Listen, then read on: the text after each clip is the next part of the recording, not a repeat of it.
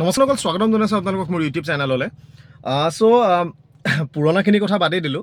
নতুনকৈ যিসকলে নিযুক্তি পাইছিলে যোৱাবাৰৰ ADRE Assam direct recruitment grade 3 আৰু গ্ৰেড 4 দুয়োটা চিলেকশ্যন কমিটিৰ ফালৰ পৰা তেওঁলোকৰ মূলতে এটা প্ৰব্লেম সকলোৰে আছে, সেইটো হৈছে ট্ৰান্সফাৰৰ।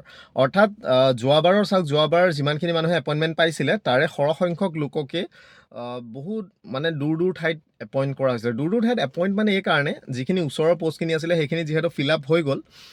ফিল আপ হৈ যোৱাৰ পৰিপ্ৰেক্ষিতত আপোনালোকৰ যিবিলাক পষ্ট ধৰি লওক আছিলে বেলেগ বেলেগ ঠাইত আছিলে তাতে এডজাষ্ট কৰিব, ডেফিনেটলি সেইটোৱে কথা। আৰু এটা মাননীয় মুখ্যমন্ত্ৰী মহোদয়েও এটা কথা কৈছে যে আগতে এটা চাকৰি লাগিছিলে, এতিয়া যিসকলে বিচাৰি আছে এটা চাকৰি লাগে। চাকৰিটো পোৱাৰ পিছতে এমাহ নহয় দুমাহ নহয় লগালগ খালি ট্ৰান্সফাৰ, ঘৰৰ ওচৰত যাব লাগে, কিবা যাব লাগে, তেনেকুৱা কথা নহয়। এতিয়া বয়স আছে, সৰু হৈ আছে, চাকৰি জাষ্ট পাইছে।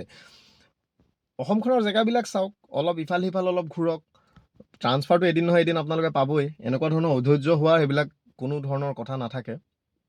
আমিও বহু বেলেগ বেলেগ জেগাত গৈছোঁ, তো তেনেকুৱা ধৰণৰ কথা। চ' ট্ৰান্সফাৰটো এটা আপোনালোকে এটা শিকিব পৰা এটা অভিজ্ঞতা বুলি আপোনালোকে ল'ব।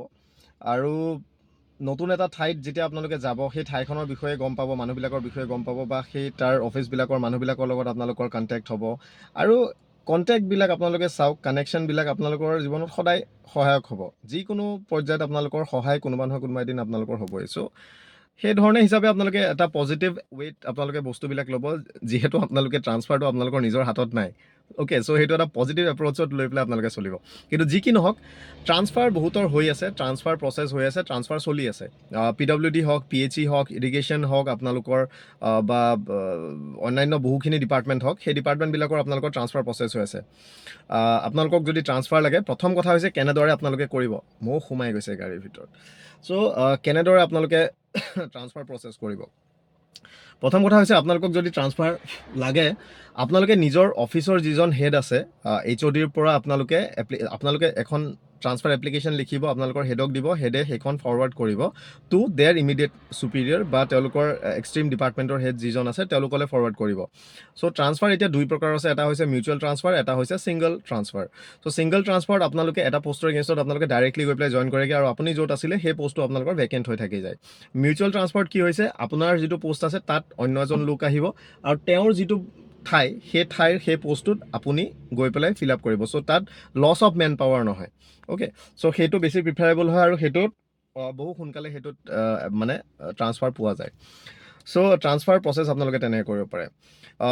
ইয়াৰ লগতে এটা ইম্পৰ্টেণ্ট বস্তু যে যিখিনি GAD ডিপাৰ্টমেণ্টত আছে, আৰু মষ্টলি যিখিনি GAD আৰু ৰেভিনিউ DM ডিপাৰ্টমেণ্টত যিখিনি আছে, যিখিনিয়ে DC অফিচত যিসকলে পষ্টিং পাইছে, সেই মানুহখিনিৰ কিন্তু ট্ৰান্সফাৰ বৰ্তমান বন্ধ, কমপ্লিটলি সেইখিনি বন্ধ হৈ আছে। কাৰণ ডিপাৰ্টমেণ্টৰ ফালৰ পৰা অৰ্ডাৰ এটা ওলাইছে GADৰ ফালৰ পৰা যে যিটো কি কয় ডিষ্ট্ৰিক্ট এডমিনিষ্ট্ৰেশ্যন যিটো ছাৰ্ভিচ ৰুল আছে, মিনিষ্ট্ৰিয়েল ছাৰ্ভিচ ৰুল, সেই ছাৰ্ভিচ ৰুলৰ অন্তৰালত কোনো ধৰণৰ ডিষ্ট্ৰিক্ট ট্ৰান্সফাৰ কৰিব পৰাৰ কোনো নিয়ম নাই।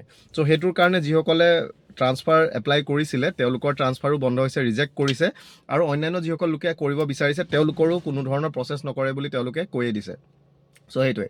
কিন্তু ইয়াৰ মাজত এটা ভাল খবৰ আছে যে যিসকলে শিক্ষা খণ্ডৰ লগত জড়িত হৈ আছে, অৰ্থাৎ আপোনালোকৰ কলেজত হ'ব পাৰে, আপোনালোকে LP স্কুলত হ'ব পাৰে, আপোনালোকে ME স্কুলত হ'ব পাৰে, আপোনালোকে HS স্কুলত হ'ব পাৰে, হায়াৰ ছেকেণ্ডেৰীত হ'ব পাৰে, ইয়াৰ লগতে আপোনালোকে BEO যিবিলাক অফিচ আছে, block elementary education officer, DEO district elementary education officer, BMC DMC, তাৰপিছত আপোনালোকৰ সৰ্বশিক্ষাৰ যিবিলাক অফিচ বা IS inspector of schools, deputy inspector of schools, এনেকুৱা ধৰণৰ যিবিলাক অফিচবিলাকত আছে, অৰ্থাৎ ADREত আপোনালোকে বহুতে চাকৰি পাইছিলে এডুকেশ্যন ডিপাৰ্টমেণ্টত। চ' এই লোকখিনিৰ ক্ষেত্ৰত কিন্তু ট্ৰান্সফাৰৰ ওপৰত এটা বৃহৎ সিদ্ধান্ত সোনকালে আহিব। আৰু যিহেতু মাননীয় মুখ্যমন্ত্ৰী মহোদয়ে সেই বস্তুটো ক্লিয়াৰ কৰিয়ে দিছে যে শিক্ষকসকলৰ যিদৰে ট্ৰান্সফাৰ হয়, মিউচুৱেল ট্ৰান্সফাৰ বা ছিংগল কেতিয়াবা ট্ৰান্সফাৰো হয়। ছিংগল ট্ৰান্সফাৰটো বহুত কম হয়, বাট মিউচুৱেল ট্ৰান্সফাৰটো সহজতে আৰু বেছিকৈ সেইটোৱে হয়। চ' এই শিক্ষকসকলৰ দৰে যিখিনি গ্ৰেড 3 আৰু গ্ৰেড 4 যিখিনি ষ্টাফ আছে, স্কুলতে হওক বা অন্যান্য যিখিনি এডুকেশ্যন ৰিলেটেড যিখিনি অফিচেছ আছে সেইখিনিত হওক, সেই মানুহখিনিৰ ক্ষেত্ৰত কিন্তু এটা ট্ৰান্সফাৰৰ মানে কথা এটা তেওঁলোকে বিচাৰিছে। চ' এই যিটো কথা তেওঁ ক্লিয়াৰলি সেই বস্তুটো কৈছে। চ' অতি সোনকালে মষ্ট প্ৰবেবলি অফিচ মেমৰেণ্ডাম এটা ৰিলিজ হ'ব department of higher education, secondary education, elementary education সকলোৰে ফালৰ পৰা, টেকনিকেল এডুকেশ্যন তেনেকুৱা।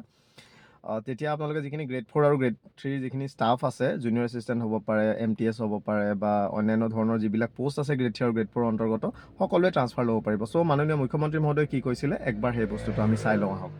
সৰ্বশিক্ষা অভিযান বা শিক্ষামন্ত্ৰী থাকোঁতে মই এটা প্ৰচেষ্টা আৰম্ভ কৰিছিলোঁ যে অসমৰ শিক্ষকসকলে নিজৰ ভিতৰতে মিউচুৱেল ট্ৰান্সফাৰ বিচাৰিব পাৰে। অৰ্থাৎ কোনোবাই ডিব্ৰুগড়ৰ পৰা ধুবুৰীত যাব খোজে, কোনোবাই ধুবুৰীৰ পৰা ডিব্ৰুগড়ত আহিব পাৰে, যদি দুইজন শিক্ষক সন্মতি প্ৰদান কৰে। আৰু তেনেকুৱা প্ৰচেষ্টাৰ ফলত বহু হাজাৰ শিক্ষকে নিজে বিচৰা জিলাখনলৈ আহিব পাৰিছে আৰু ইজনে সিজনৰ সহায়ক হৈছে।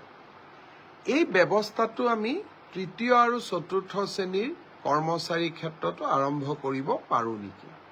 শিক্ষকসকলৰ বাবে যি ব্যৱস্থা সফলভাৱে আমি ৰূপায়ণ কৰিব পাৰিছোঁ, সেই ব্যৱস্থাটো আমি তৃতীয় আৰু চতুৰ্থ শ্ৰেণীৰ কৰ্মচাৰীসকলৰ বাবেও যদি ৰূপায়ণ কৰিব পাৰোঁ, অসমৰ বহু তৃতীয় আৰু চতুৰ্থ শ্ৰেণীৰ কৰ্মচাৰীয়ে চৰকাৰৰ কোনো অসুবিধা নোহোৱাকৈ নিজে বিচৰা জিলাখনলৈ তেওঁলোকে ট্ৰান্সফাৰ ল'ব পাৰিব। ধৰি ল'লোঁ শিলচৰৰ এজন চতুৰ্থ বৰ্গৰ কৰ্মচাৰীয়ে তেজপুৰত কাম কৰি আছে, দৰং, তেজপুৰ বা বিশ্বনাথ চাৰিআলিৰ কোনোবা এজন কৰ্মচাৰীয়ে শিলচৰত কাম কৰি আছে। এতিয়া দুইজনে যদি কথা পাতি এটা মিউচুৱেল ট্ৰান্সফাৰৰ আমাক আবেদন কৰে, পাৰস্পৰিক বদলিৰ, আমি তাত কৰি দিলে চৰকাৰৰ কোনো অসুবিধা নহয়। কিন্তু এই ব্যৱস্থা শিক্ষকৰ ক্ষেত্ৰত আছিলে, তৃতীয় আৰু চতুৰ্থ বৰ্গৰ শ্ৰেণীৰ কৰ্মচাৰীৰ ক্ষেত্ৰত নাছিলে। কেনেকৈ কৰিব পাৰোঁ মই তাক ভাবি আছোঁ। তাৰ বাবে এটা পৰ্টেল লাগিব, আবেদনৰ প্ৰক্ৰিয়া লাগিব, সময়সীমা লাগিব, ইজনে সিজনৰ লগত কথা পতাৰ সুবিধা দিব লাগিব। কিন্তু তথাপিতো এই ব্যৱস্থাটো মই কৰাৰ বাবে চেষ্টা কৰি আছোঁ, চিন্তা কৰি আছোঁ, নিশ্চয় সফল হ'ব। আপোনালোকে দেখিলে মাননীয় মুখ্যমন্ত্ৰী মহোদয়ে সেই বস্তুটো ক্লিয়াৰকৈ তেওঁ কৈ দিছে যে গ্ৰেড 3 আৰু গ্ৰেড 4 ষ্টাফৰো ঠিক সেইদৰে ট্ৰান্সফাৰ হ'ব, যিদৰে আপোনালোকৰ গ্ৰেড গ্ৰেডহে আহিছে কি, শিক্ষকসকলৰ যিদৰে ট্ৰান্সফাৰ হৈ আছে বা সেইটো এটা টাইম বাউণ্ড এটা মাজে মাজে সেইটো ট্ৰান্সফাৰ হৈ থাকে বা অন্যান্য সময়তো সেইবিলাক হয় বাৰু। মষ্টলি এইটো চাগে অনলাইন পৰ্টেল তেওঁলোকে কৰিব আৰু তেতিয়া ট্ৰান্সফাৰ গ্ৰেড 3 গ্ৰেড 4খিনিৰ হ'ব। বহুতে এই বস্তুটো কৈ থাকে যে আজি কোনোবাই বহুত দূৰত তেওঁলোকে চাকৰি পাইছে। ডেফিনেটলি এইটো এটা সমস্যা এটা সৃষ্টি হয়। আজি ঘৰৰ পৰা যদি 600-700 কিলোমিটাৰ বা 200-300 কিলোমিটাৰ দূৰত যদি তেওঁলোক থাকে, চ' ডেফিনেটলি দৰমহা পইচাও নাবাচে। আৰু এজন গ্ৰেড 4ৰ কথা বুলি যদি ক'বলৈ যাওঁ, গ্ৰেড 3 কথাটো বাৰু বাদেই দিলোঁ, গ্ৰেড 4ৰ কথা যদি ক'বলৈ যাওঁ, টকা বাচিবগৈ কেইটা যদি আজি বেলেগ এটা ঠাইত যদি থাকে। কথাটো কৈছোঁ, আজি যিটো হাউচ ৰেণ্ট দিয়ে, আজি সেই হাউচ ৰেণ্টত অসমৰ কোনো ঠাইতে ঘৰ নাপায়। আনকি গাঁৱৰ জেগা এটাত যদি আপোনালোকে ভাড়া ঘৰ ল'বলৈ যায়, আপোনালোকৰ মানে 2,500-3,000 পৰ্যন্ত আপোনালোকৰ মিনিমাম সেইটো ঘৰৰ ভাড়া। তাৰ লগত আপোনালোকৰ অন্যান্য সকলোবিলাক বস্তু আছে। আজি হাউচ ৰেণ্টত কিমান পায়? জাষ্ট ৰুৰেল এৰিয়াত মাত্ৰ 7% আপোনালোকৰ হাউচ ৰেণ্ট দিয়ে। অ'কে, ডিষ্ট্ৰিক্ট চাব ডিভিজন অফিচ, হেডকোৱাৰ্টাৰ অফিচবিলাকত আপোনালোকৰ 8% দিয়ে। ইয়াৰ লগত আপোনালোকৰ গুৱাহাটীৰ ক্ষেত্ৰত 10%। গুৱাহাটীৰ 10%টোতো আপোনালোকৰ কোন জেগাত আপোনালোকে মানে ভাবকচোন আপুনি ঘৰ পাব সেই সিমানটো ৰেটত। চ' সেইটোৱে কথা তেনেকুৱা ধৰণৰ। চ' নিশ্চিতভাৱে এটা ভাল পদক্ষেপ যে স্কুলৰ এইখিনিৰ ক্ষেত্ৰত গ্ৰেড 3 গ্ৰেড 4 ষ্টাফৰ ক্ষেত্ৰত যে এই বস্তুটো তেওঁলোকে কৰিবলৈ ওলাইছে। ইয়াৰ লগতে আমি ভাবোঁ যে এটা মাছ ট্ৰান্সফাৰ পৰ্টেল এটা খুলিব পাৰে, য'ত সকলো বিভাগবিলাক লিংক থাকিব, যে কোনোবাই যদি ট্ৰান্সফাৰ এপ্লাই কৰিব বিচাৰে তেওঁলোকে সেইটোৰ জৰিয়তে তেওঁলোকে ট্ৰান্সফাৰ এপ্লাই কৰিব পাৰিব। সেইটো প্ৰচেছিঙৰ এটা ব্যৱস্থা এটা কৰিব লাগে। চ' আশা ৰাখিছোঁ ভিডিঅ'টো ভাল পালে, যদি ভাল পাইছে লাইক কৰিব, কমেণ্ট কৰিব, শ্বেয়াৰ কৰি দিব পাৰে লগৰখিনিৰ লগত, যিসকলে গম নাপায় যাতে গম পায়।